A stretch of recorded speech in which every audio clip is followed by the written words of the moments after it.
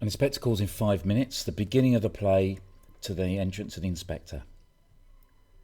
So, at the beginning, the real point is that Priestley is trying to establish the characters to us, and particularly the character of Burling. So, if we're looking from the beginning, what do we get? We get this discussion about port.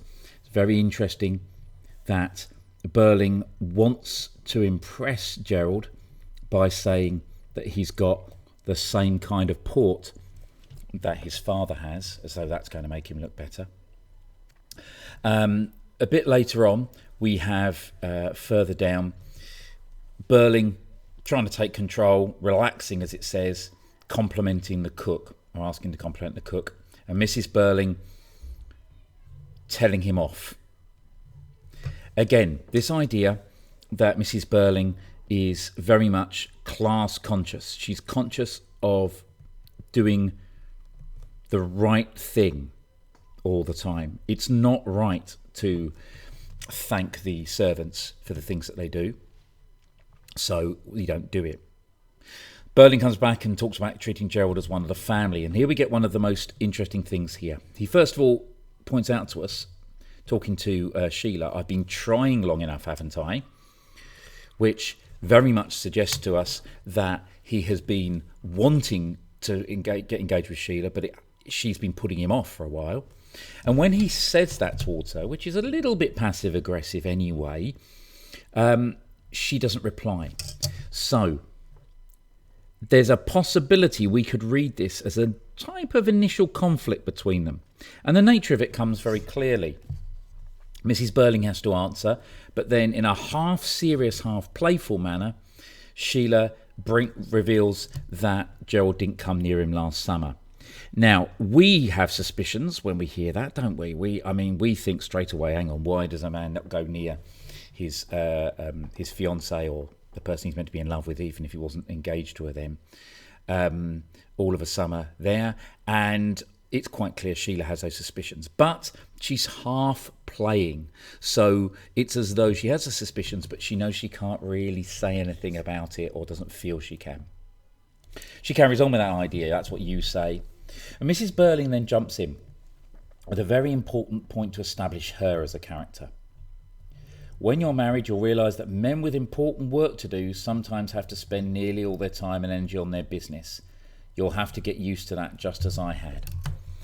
This is very much Mrs. Burling's kind of view on life, and particularly on gender. You just have to get used to men doing the important thing.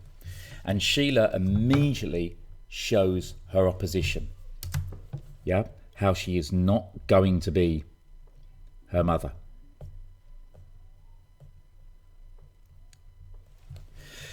So, as we carry on a bit further down, we get a little bit. It's notable that the Crofts aren't there. Clearly, they don't feel happy about this.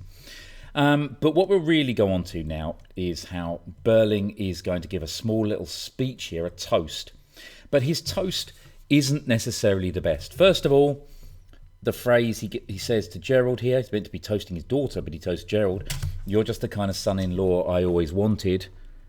I know Eric's not his son-in-law, but Eric is there. It's not exactly very complimentary. He then starts to talk about business, and very importantly, for lower costs and higher prices. That's what he says he wants. He's basically talking about the idea that to him, the marriage is about business.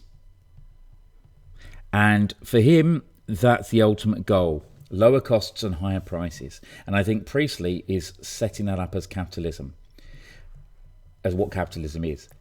But I think he also wants us to see it as exploiting others. Lower costs means that you are exploiting your workers. Higher prices means you're exploiting your customers.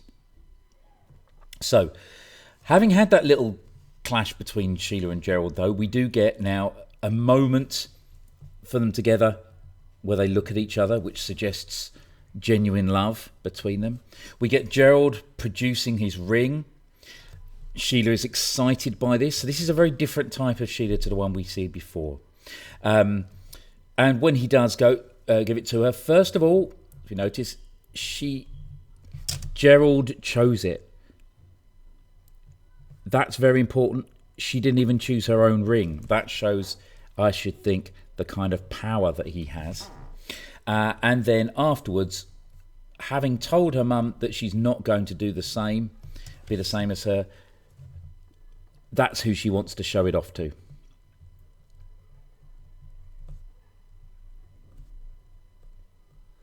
To her mother. Okay? What's that lead us with? It leaves us with Burling's long speech here, often cut out in productions to a degree, but there's some interesting things in here. Of course, the main idea is that Burling is wrong about everything he says that's going to happen in society. Now, the key ones I think that are worth coming out and going for here is that he thinks that they have passed the worst of possible labour trouble.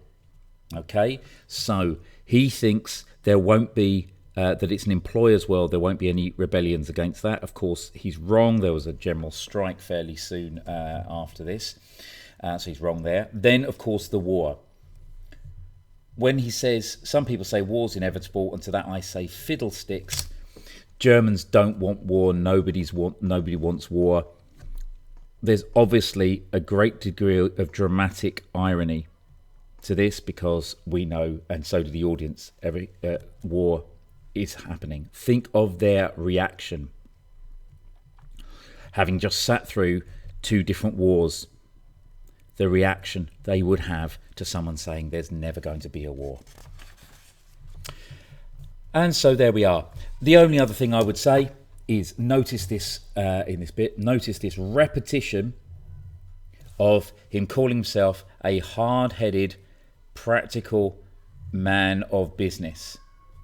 That's how he views himself. A hard-headed, practical man of business. It's also on the previous page as well that he says it, a hard-headed businessman. This is his self-view, and he likes to tell people.